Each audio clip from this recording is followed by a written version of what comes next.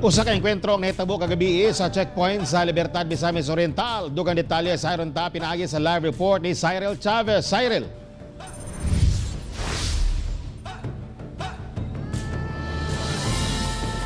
Yes, Tek, duha ang patay samtang duha sab ang samdan. Human nahitabo ang engkwentro tali kapulisan ug mga armadong kalalakinan.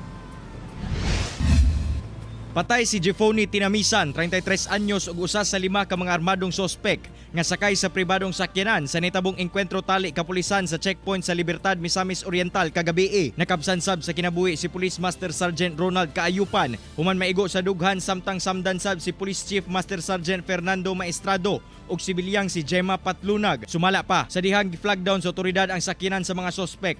Kalit lamang kini nagpabuto hinungdan sa engkwentro. Daling nanibat ang ubang sospek pinaagi sa pag-ambak sa tulay. Dunay upat ka 45 pistols, upat ka buok, din duha ka KG submachine pistols.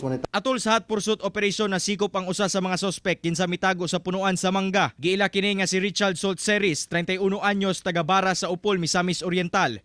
Gisuta dayon sa soko ang sakyanan nga gigamit sa mga sospek. Samtang padayon pa ang operasyon sa kapulisan batok tulo pa ka sospek. Walay mga changes, basta always security conscious, then na-timingan lang na mga ingana gid nga perpetrator.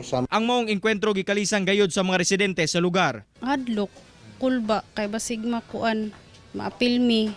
Ang akong nadungog nga tingog, anak nang sa kadlawon gyud nga kanang duha ka lalaki gyud ang nag-uban. Kadlawon alas 3 kadlawon.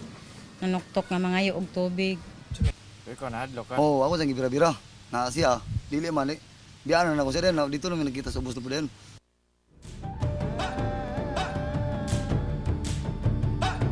Tek sa karon ginakumpirma pa sa otoridad kung mga miyembro ba sa usa ka robbery group ang maong mga suspetsado. Tek. Okay, daghang salamat, Cyril Chavez.